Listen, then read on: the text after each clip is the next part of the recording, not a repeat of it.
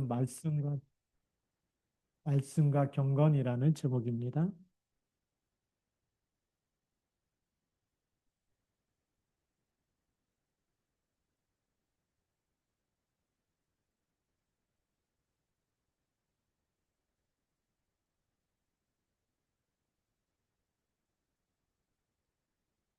본문 말씀은 디모데전서 6장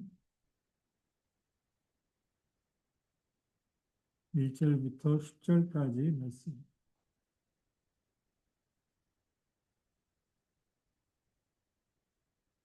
바울은 믿음의 아들 디모데에게 교회 지도자로서 어떻게 살아야 하는지를 권면하면서 말씀과 경건의 삶이 얼마나 중요한지를 강조하고 있습니다. 그래서 이 말씀은 단지 초대교회 성도들에게만 해당되는 것이 아니라 오늘 살아가는 우리 모두에게 동일하게 적용되는 말씀 앞에 서야 되고, 말씀에 순종해야 되고, 또 말씀을 묵상해야 되고, 우리가 말씀을 믿어야 되는 거죠. 네, 그래서 세상은 끊임없이 물질과 권력과 쾌락을 추구하고 있는 것이 세상입니다. 그것을 성공의 기준으로 삼고 있기 때문에 그러죠. 네, 그래서 성도는 말씀과 경건을 붙들어야만 사는 겁니다. 그것이 진짜 복된 삶인 거죠. 하나님께서 기뻐하는 길은 말씀에 순종할 때입니다. 예, 말씀 가운데서 살 때. 그래서 예수님도 내 말에 거하면, 자기를 믿은 유대인들에게 너희가 내 말에 거하면 참으로 내 제자가 되고 이런 말을 씁니다. 말씀에 거하라고 이렇게 말씀하는데요. 그래서 우리는 이 말씀을 통해서 우리가 말씀에 순종하는 삶, 또 경건의 가치, 또 탐욕의 위험이라는 세 가지 주제를 가지고 오늘 이렇게 함께 살펴보려고 합니다. 그래서 첫 번째는 말씀에 순종하는 삶.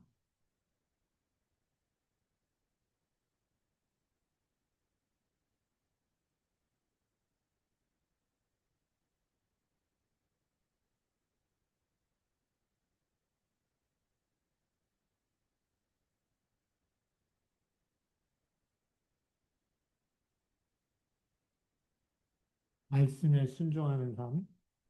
어, 오늘 1절 말씀에도 보면 뭐라고 말씀하시냐면 바울은 종들에게 주인에게 마땅히 순종하라고 권면하고 있습니다.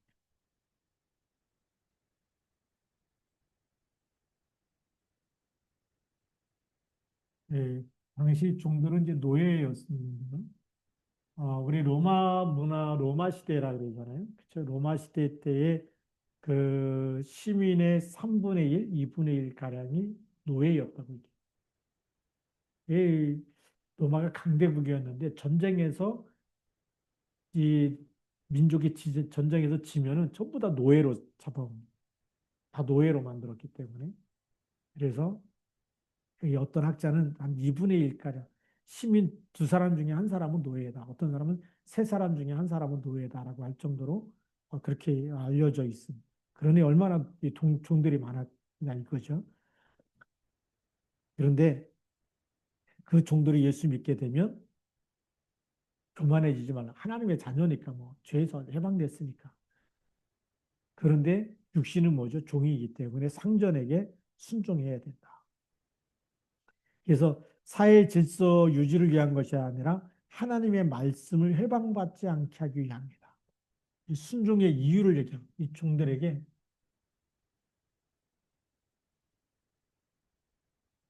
상전에게 순종이 상전이죠. 그러니까 주인에게 순종해야 될 이유가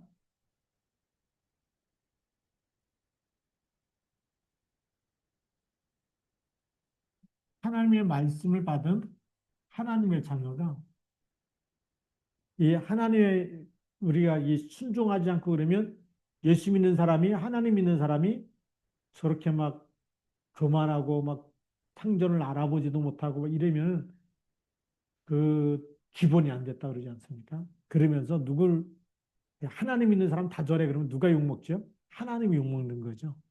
그래서 이 하나님의 말씀 이것을 이 종들이 말씀을 가진 사람들이고 말씀 안에서 하나님의 자녀가 됐기 때문에 상전에도 순종할 때 하나님 말씀 받은 사람들이 정말 어, 멋있구나. 또 정말 온유하구나. 그래서 하나님께 영광을 돌려야 되는데 순종하지 않으면 하나님께 영광이 돌리는 게 아니라 하나님을 욕되게 할 수가 있는 거죠. 그래서 하나님의 말씀을 지키지 않고 해방해 버리면 결국은 이 하나님을 믿는 종들을 통해서 하나님의 이름이 땅에 떨어질 수밖에 없는 거죠. 음, 해방을 받게 되면 하나님의 이름이 땅에 떨어지기 때문에 그래서 종들에게 순종해라. 그래야지만 하나님이 영광을 받으십니다.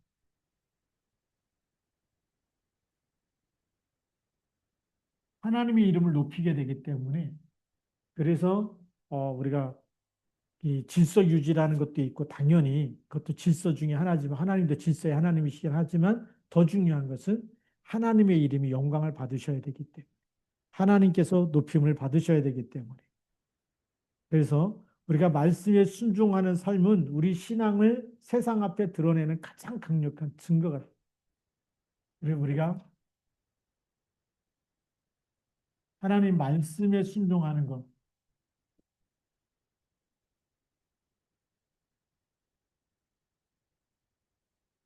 말씀에 순종하는 것은 곧 하나님께 순종하는 것이기 때문에 하나님은 영이시죠. 그래서 하나님이 태초에 말씀이 계시니라. 이 말씀이 하나님과 함께 계셨으니 말씀은 곧 하나님이시라 그러거든요. 그래서 말씀에 순종하는 것이 곧 하나님께 순종하는 것이고, 그럼 하나님은 지금도 말씀으로 우리에게 역사하십니다. 응답하시고 치유하시고 이 응답 속에는 히브리서 4장 12절 말씀이 있죠. 하나님의 말씀은 살았고 활력이 있어 좌우에 낯선 어떤 것보다도 예리하여 혼과 영과 및 골수와 관절 그다음에 마음과 생각을 찔러 쪼개기까지 한다. 치유하시는 거죠. 그래서 영혼, 생각, 마음, 육신 모든 것을 치유하는데 뭘 가지고요? 말씀으로 치유하십니다. 그래서 이 말씀이 우리에게 응답되어 있기 때문에 이 응답 속에는 치유가 있고 회복이 있습니다. 말씀에 순종하는 거 놀라운 삶이죠. 이게 신앙생활이죠. 하나님이 함께 하시면서 우리에게 힘을 주시고 우리를 또 치유하시고 바른 생각을 주시고 바른 영을 주시고 바른 길을 가게 하시고 바른 생각을 갖게 하는 틀리고 나쁜 생각이 아니라 그래서 마음도 마찬가지다. 악한 마음이 아니라 온유하고 부드러운 마음을 주시고 그래서 우리는 말씀을 따라갈 때에 우리를 인도하시는 하나님을 우리가 체험하게 되고 누리게 되는 것. 그래서 말씀을 응답할 때마다 하나님을 하나님이 함께 계시고 인도하시는 말씀으로 응답하셨다는 것은 하나님이 하셨습니다. 하나님이 내 삶을 인도하고 계십니다. 예, 요셉이 노예로 갔지만 여호와께서 함께 하심으로 그래서 하나님께 모든 것 맡기고 하나님과 함께 동행할 때마다 하나님이 형통케 하신 것을 보디발이 보잖아요. 여호와께서 요셉과 함께 하셔서 모든 것마다 형통케 하신 것을 보았다라고 그러지 않습니까? 그래서 하나님께 영광을 돌리는 거죠. 아주 노예인데도 불구하고 하나님의 사람이구나. 종인데도 불구하고 하나님을 믿는 사람이고 하나님과 함께하는 사람이고 포로위에도 불구하고 사드락 메사 아벳느고가 하나님의 사람이라는 그 느부갓네살 왕이 보는 거 아닙니까? 네. 왜죠? 왕의 신상에 절하지 않고 하나님만 섬기고 그냥 사자굴 이 불구덩이 속에 들어가겠다는 거. 불 속에 들어가겠다는 거. 왜죠? 죽는 거 아는데도 하나님을 믿는 사람이기 때문에. 하나님의 말씀에 순종하는 사람이기 때문에. 그게 너무나 우리가 중요해요. 그래서 말씀에 순종하는 것은 그냥 단순히 아는 지식으로 끝나는 게 아니에요. 성경을 몇 번 읽었다. 그걸로 우리가 신앙생활의 기준이 될 수가 없어요. 말씀을 삶으로 살아내는 사람, 실천하는 사람입니다. 그래서 말씀에 이렇게 순종하는 것이 뭐냐? 이것이 진짜 경건이에요. 경건의 삶은 경건한 삶이 뭐냐? 건강한 삶은 말씀, 말씀을 실천하는 삶. 그게 경건입니다.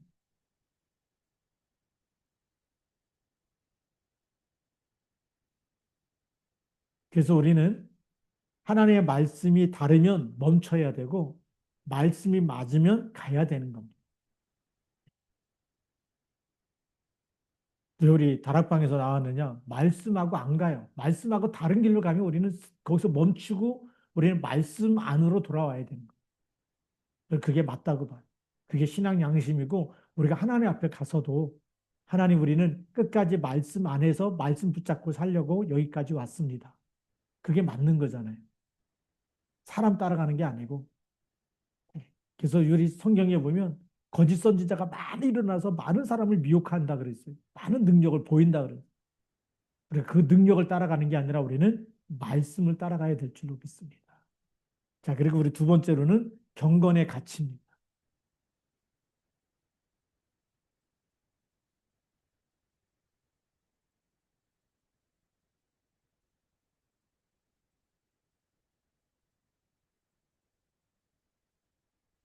3절부터 8절까지 있는 말씀입니다. 우리 이 순종하는 사람이 1절과 2절이라면 이제 경건의 가치는 3절부터 8절까지. 바울은 경건이 큰 이익이 되는 도구라고 6절에 말씀하고 있습니다. 예. 자족하는 마음이 있으면 경건은 큰 이익이 되느니라. 예. 경건은 단순히 종교적인 행위가 아니라 하나님과의 관계 속에서 삶을 거룩하게 세워가는 태도라는 것.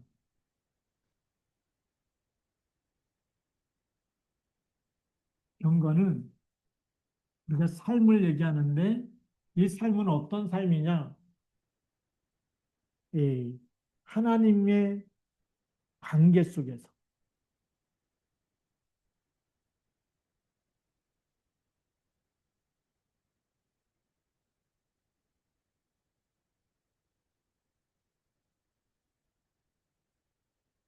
우리가 어떤 관계입니까? 아버지와 아들과의 관계. 하나님 우리 아버지가 되시고 우리는 아들이 되시는 거죠.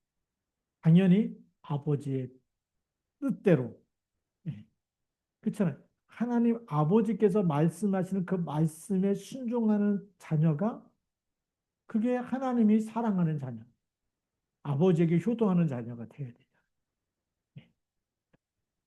그래서 아버지의 이름을 거룩하게 정말 또 아버지를 영화롭게. 그게 예.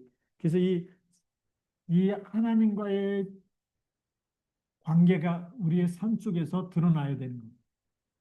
하나님은 거룩한데 자녀가 도둑놈이다. 그럼 누가 욕먹어요? 아버지가 욕먹는 거예요. 그 아버지가 누구예요? 하나님이 욕먹는 거예요. 예. 하나님이 거룩하신 분인데 그 자녀가 살인자다. 거짓말쟁이다. 말도 안 되는 거잖아요. 그래서 살인하지 말라. 간음하지 말라. 거짓말하지 말라. 도둑질하지 말라. 왜요? 우리가 하나님의 자녀인데 하나님은 거룩한데 하나님은 그런 분이 아닌데 그 자녀가 그렇게 됐다? 말이 안 되는 거예요. 그래서 하나님과의 관계가 회복되어지는 것이 경건입니다. 경건은 큰 이익이 되는 도구다.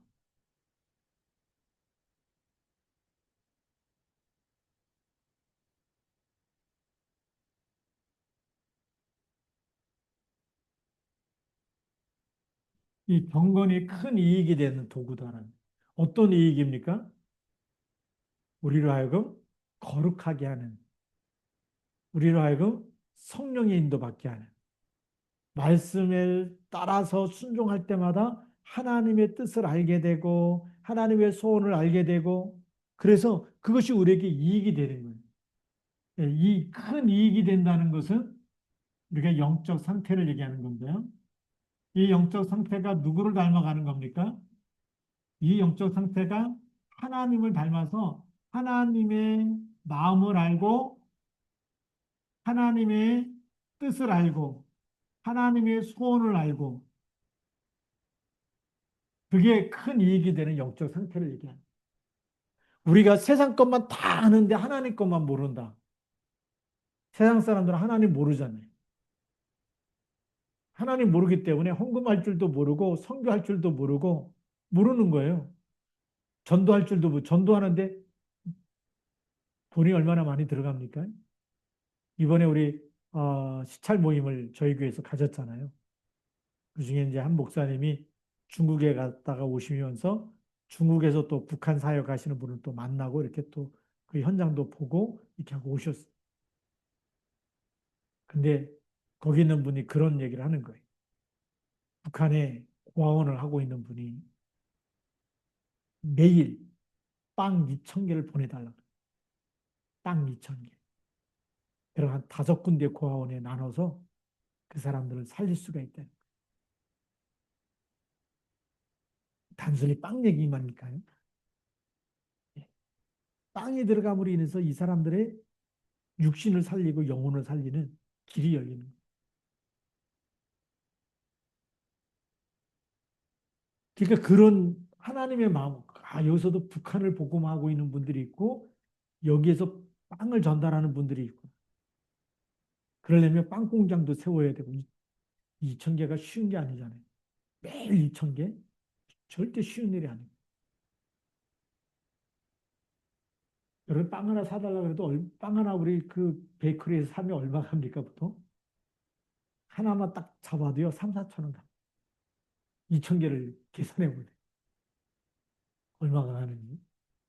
근데 북한 살리려면 그만한 돈도 들어가야 되고 마음도 있어야 되고 기도도 해야 돼. 그런 이 사역하시는 분을 만나고 와서 북한 복음을 해야 되겠다. 그러시는 거예요. 너무나 감사한 겁니다. 그래서 너무 감사하다고 우리 북한 복음 같이 해야 된다고 그렇게 얘기했는데 뭐냐면 이 마음을 안 거예요. 경건을 통해서 하나님의 말씀 속에서 영혼 사랑하는 마음. 그러니까 그게 경건의 큰 이익이 되는 거예요. 하나님의 것을 더 깊이 알아갈 수 있는 이 경건을 통해서 하나님이 무엇을 원하시는지, 하나님의 소원이 뭔지, 말씀을 통해서 하나님의 뜻을 알고, 말씀 묵상을 통해서 하나님을 더 깊이 알아가고, 우리의 삶 속에도 하나님이 원하시는 것을 실천해 나갈 수 있는. 그게 경건의 큰 이익이 되는 겁니다. 그리고 경건은 우리에게 뭘 주느냐? 경건은 만족을 줍니다.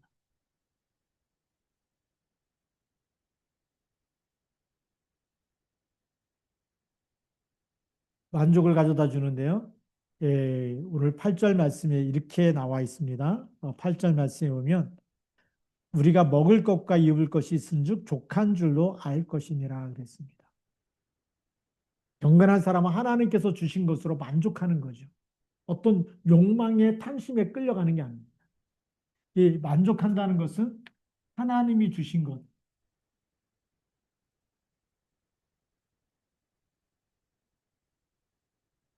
이것으로 만족한다는 것. 하나님이 주신 것으로 만족하고 그리고 하나님이 주신 것에서 감사하고 그래서 우리 그 만나를 거두러 갈 때 보니까 많이 거둔 자나 조금 거둔 자나 다 돼보니까 다 똑같다 그랬습니까? 다르다 그랬습니까? 다 한 오매씩 거뒀다 그럽니다. 저는 그 성경 보면서 깜짝 많이 담았는데 재보니까 똑같은 거예요. 조금 거뒀는데 재보니까 똑같은 거예요. 그건 하나님의 역사거든요. 눈으로 볼 땐 저 사람 께 더 많은데 갖고 와갖고 다 만나를 담아갖고 와서 재보니까 다 한 오매씩이라는 거예요. 성경이요는. 적게 거둔 사람도 부족함이 없고 많이 거둔 사람도 넘치는 게 아니라 많은 줄 알았는데 재보니까 똑같고 이거는 뭐 우리가 과학적으로 설명할 수 없는데 하여튼 하나님께서는 무슨 얘기일까 이게요. 욕심 부리지 말라 그 얘기 아닙니까? 예. 욕심으로 많이 거둔 것 같았는데 와 보니까 똑같다는 거죠. 그래서 하여튼 만나를 거둘 때 40년 동안 그런 얘기들이 이게 성경에 있는 거 보면서 하나님 우리의 마음까지도 자족감이죠. 하나님이 주신 것으로 만족하고 더 큰 욕심에 끌려가지 않는 그 훈련을 40년 동안 시킨 거거든요. 그래서 우리가 예수 믿으면서 어떤 때는 엄청난 막 그 이병철 같은 막 이런 뭐 세계복음 막 금방 할 거 아니겠느냐. 하나님은 그렇게 안 하세요. 왜 그럴까요? 교만해질까. 그게 타락. 그러면 그런 대기업 사장들 이런 사람들이 예배 잘 드릴까요? 돈 버는데 신경이 다 쓰여가지고 이쪽이 안 되는 거예요. 영적인 생활이 안 되는 거. 그래서 하나님 우리에게 만족할 수 있도록 자족할 수 있도록 우리가 먹을 것과 입을 것이 있은 줄 족한 줄로 알라고 이렇게 말씀하시는 겁니다. 그래서 이 만족이라는 이 여기서 하나님 주신 걸 만족하라는 것은 더 큰 욕망 이걸 버리고 하나님 주신 것으로 만족하는 날마다 일용할 양식을 주시고 오늘 하루 하나님이 나에게 생명을 주시고 양식을 주시고 건강을 주시고 그걸 우리가 감사할 줄 알고 그렇게 살아갈 수 있어야 되는 거죠. 왜 그러냐면 오늘 이 성경 말씀에 보면 그렇지 않으면 우리가 자꾸만 교만해진다. 이 3절에 보면 누구든지 다른 교훈을 하며 바른 말, 곧 우리 주 예수 그리스도의 말씀과 경건에 관한 교훈을 따르지 아니하면 어떻게 되느냐? 교만해지고 아무것도 알지 못하고 변론과 언쟁을 좋아하고 투기와 분쟁과 비방과 악한 생각이 나며 마음이 부패해지고 진리를 잃어버리게 된다. 그래서 이 만족감, 하나님이 주신 것으로 인한 참 만족, 감사가 없으면 이 만족감 속에서 우리가 진짜 감사가 회복되는 거죠. 이 감사가 회복되는 건데 이것이 없으면 세 번째로 어떤 게 무너지느냐. 그것이 우리 탐욕의 위험이라고 이렇게 볼 수가 있습니다.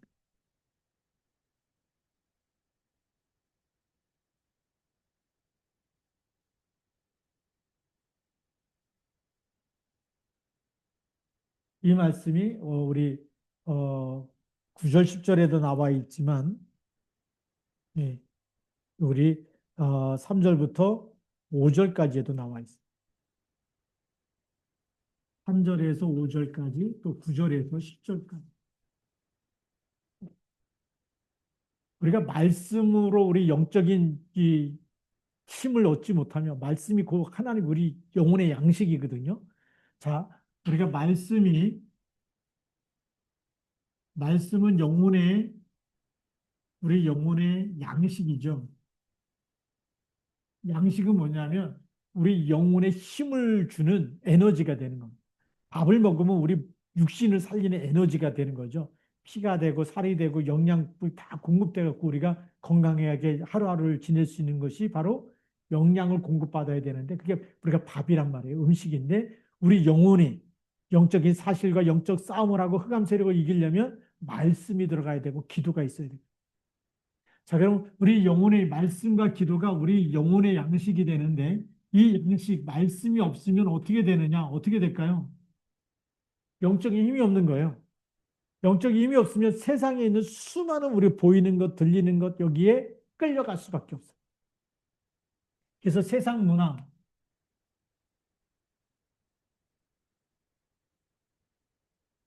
여기에 미혹될 수밖에 없다. 힘이 없으면 끌려가는 겁니다.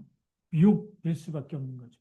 그래서 오늘 3절에 나와 있는 대로 우리가 말씀과 경건에 관한 교훈을 따르지 않으면 이 말씀과 경건에 여기에 힘쓰지 않으면 이걸로 내 영혼을 훈련시키고 단련시키지 않으면 그래서 우리가 2026년도에는 우리 맥체인 성경 읽기 하자는 얘기가 성경을 매일 하루에 4장씩이라도 먹고 묵상하고 그렇게 하다 보면 영적인 힘이 생기는데 우리가 말씀과 기도를 놓쳐버리면 그냥 일주일에 교회 한 번 왔다가 말씀 들은 거 가지고 또 매일매일 영상도 안 보잖아요. 그렇죠? 그렇게 돼버리면 어떻게 되겠어요? 내 생각대로 사는 수밖에 없는 거예요.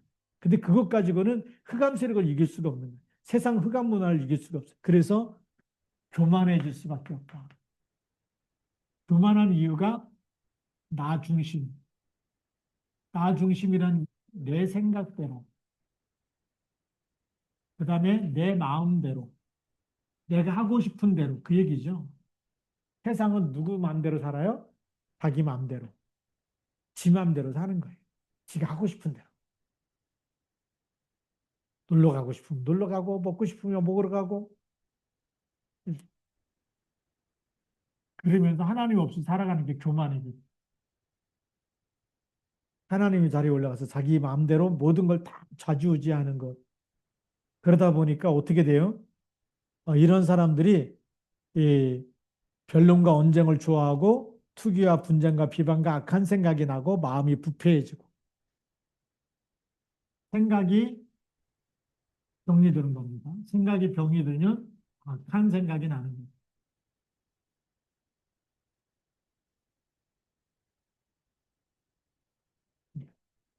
근데 마음이 부패해진다.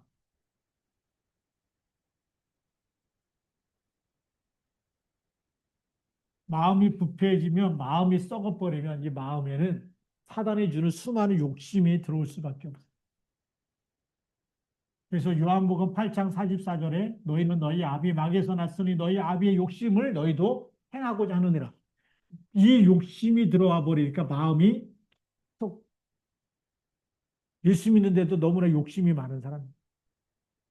그리스도 한 분으로 충분하고 만족하고 그리스도 때문에 모든 걸 다 양보도 하고 배려도 하고 해야 되는데 절대 그게 안 되는 거예요.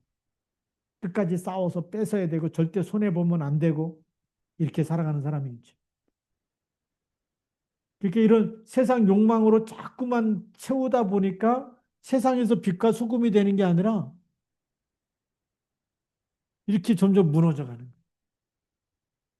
그러다 보니까 이것이 이제 구절에 가서는 어떻게 되느냐. 부하려는 자들은 시험과 올무와 여러 가지 어리석고 해로운 욕심에 떨어지나 그 사람으로 파멸과 멸망에 빠지게 하는 것이. 이렇게 살아가는데 결국은 파멸과 멸망 속에 빠진다는 거예요. 그래서 왜 우리가 말씀과 기도가 중요한지, 내 영혼의 양식, 영적인 힘을 얻어야 되는데 우리가 새벽 기도하고 저녁 기도하고 말씀 따라서 계속 우리가 살려고 하는 이유가 세상 문화로 이겨야 되기 때문에 우리 힘으로는 절대 이길 수가 없어요. 근데 말씀으로 이기는 줄 믿습니다. 네. 그래서 오늘 10절 말씀에는 돈을 사랑하는 것이 일만하게 뿌리가 된다. 세 번째로요. 돈을 사랑하는 것. 일만 악의 뿌리다. 그래서 돈이 하나님이 되면 될까 안 될까? 안 되는 거. 돈이 하나님, 돈이 목적이 되면 안 돼. 돈은 우리가 누구나 다 불신자나 신자나 다 쓰지만 그러나 우리는 그것을 가지고 세계복음화인데 이용을 해야 되는 거지, 사용을 해야 되는 거지. 돈이 우리의 삶의 목적이 되면 안 되는. 불신자는 부자가 되려고 돈을 어떻게든지 많이 모아서 돈을 하나님으로 붙잡고 있잖아요.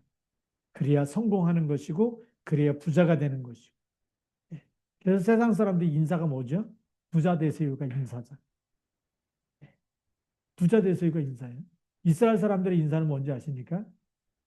샬롬이에요, 샬롬. 평안이에요. 근데 우리나라는 옛날부터 식사하셨습니까? 진지 드셨습니까?가 늘 먹는 거. 요즘은 뭐죠? 요즘에는 부자 되세요가 인사죠.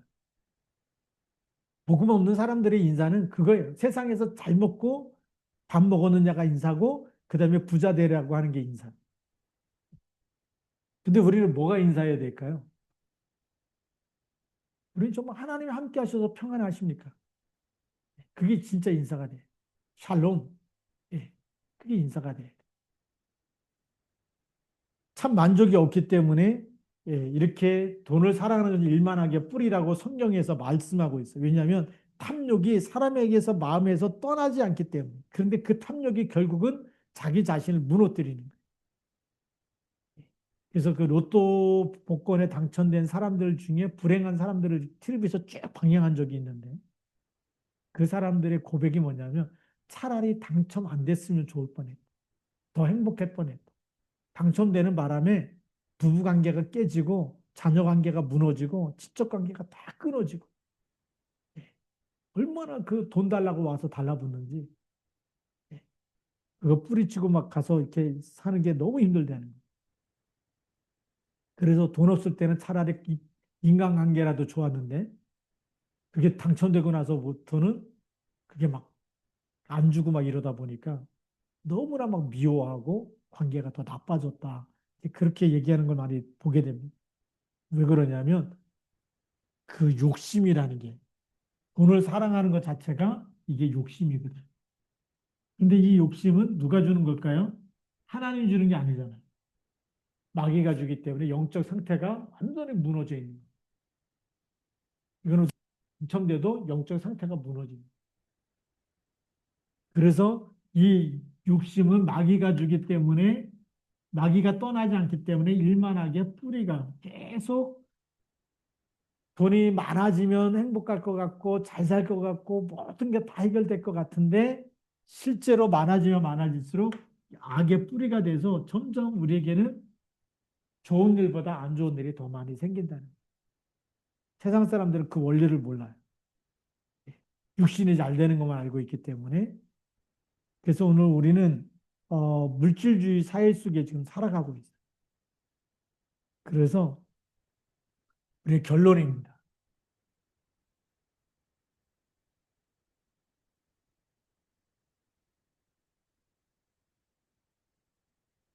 말씀과 경건은 성도의 삶의 두 기둥이다. 그래서 우리가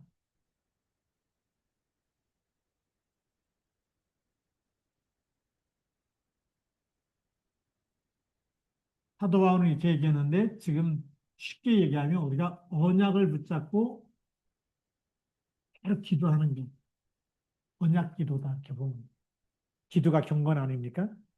말씀을 붙잡고 하나님의 말씀이 내 삶에 이루어지도록 내가 말씀대로 살아갈 수 있도록 말씀에 기도하면서 말씀에 순종할 수 있도록 말씀이 나를 통해서 성취될 수 있도록 그게 경건한 삶인 줄 믿습니다. 그래서 이 언약 기도를 통해서 우리의 말씀에 순종하는 것, 말씀대로 우리가 삶을 살아가는 것, 말씀이 내 삶에 성취되는 것, 그게 경건한 삶이에요. 그래야 우리가 흔들리지 않는 거예요.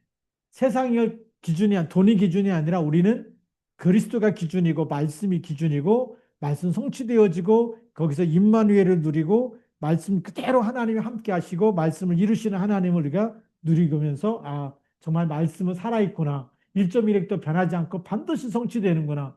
말씀이 나에게 임해서 내가 영적인 힘이 생기고 치유가 되어지고 강건해지고 그래서 세상 기준으로 세상 사람과 똑같이 사는 것이 아니라 세상 사람들이 돈이 있고 뭐 있는데 다 무너질 때마다 그들을 치유하고 살리는 전도자로 증인으로 쓰임받는 줄 믿습니다. 그래서 이 말씀이 우리에게 성취될 때마다 우리는 증인으로 서는 거죠. 성취될 때마다 우리는 뭐죠? 답을 갖고 있는 겁니다. 그들에게 생명을 줄 수 있는 답.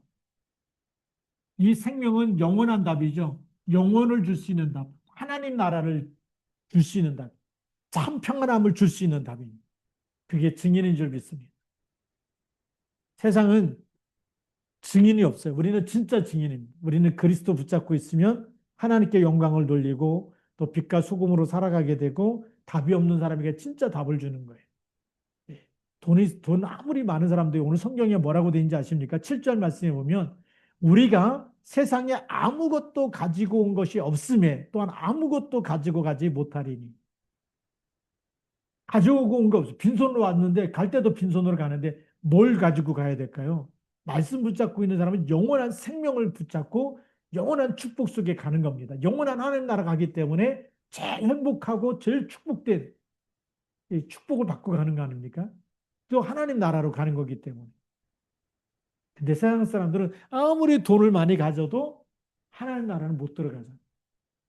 그래서 우리가 진짜 길을 전해줄 수 있는 인생의 길이 뭔지, 생명의 길이 뭔지, 사망에서 생명으로 빠져나오는 길이 뭔지, 말씀과 경건 속에 있는 이 답을 가지고 있기 때문에 하나님 한 번으로 만족하고 임마누엘로 행복하고 기도로 행복해지고 말씀 묵상할 때마다 행복해지는 줄 믿습니다.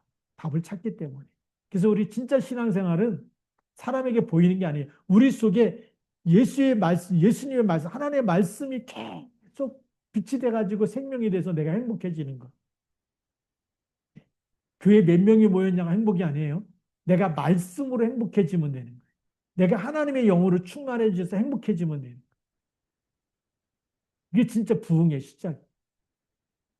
말씀 성취된 사람이 하나도 없는데 만 명이 모인다? 그거는 부흥이 아니에요. 제가 볼 때는 부흥이 아니에요. 우리는 그리스도로 행복해지면 그때부터 하나님의 역사가 시작되는 줄 믿습니다. 그렇게 해서 오늘 사도 바울이 말하는 거 너무 귀한 말씀입니다.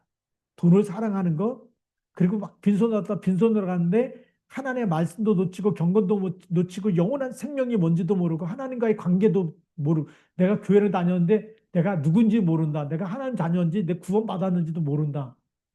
어마어마하게 불쌍한 사람.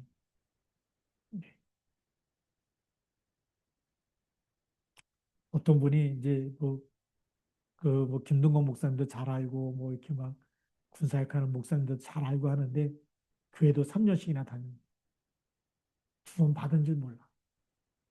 참 불쌍한 사람들. 이 사회에서 너무나 이렇게 잘 나가고 성공했던 사람들이 나중에 은퇴하고 나면 그 과거의 영광만 붙잡고 있지 진짜 자기의 영적인 가난한 건 뭔지 모르는. 그래서 오히려 그게 걸림돌이다. 과거의 성공이 육신에 성공했던 것이 한때 그게 진짜 이 하나님을 찾고 만나고 심령이 가난해져야 되는데 가난해지지 않다 보니까 대단한 줄 알고 착각하고 사는 거예요. 이게 걸림돌 아닙니까? 그래서 우리는 심령이 가난한 자가 돼서 날마다 하나님을 찾는 사람, 하나님의 말씀을 사모하는 사람이 되기를 주님의 이름으로 축복합니다. 네, 그래서 우리가 오늘 말씀 보면서 우리가 이런 사단의 유혹을 버리고 우리가 진짜 말씀과 경건, 말씀 붙잡고 기도하면서 말씀으로 행복해지고 그것이 내 영혼을 살리고 영원한 생명을 주는 말씀이고 그 안에서 날마다 성령의 인도받기를 주님의 이름으로 축복합니다. 기도하시겠습니다. 하나님 아버지 감사합니다. 오늘 우리에게 말씀과 경건의 삶을 허락하시는 은혜에 감사드립니다. 탐욕을 버리고 말씀에 순종하며 경건을 추구하는 삶을 살게 하여 주옵소서. 우리의 삶이 하나님께 영광을 드러내는 도구가 되게 하여 주옵소서.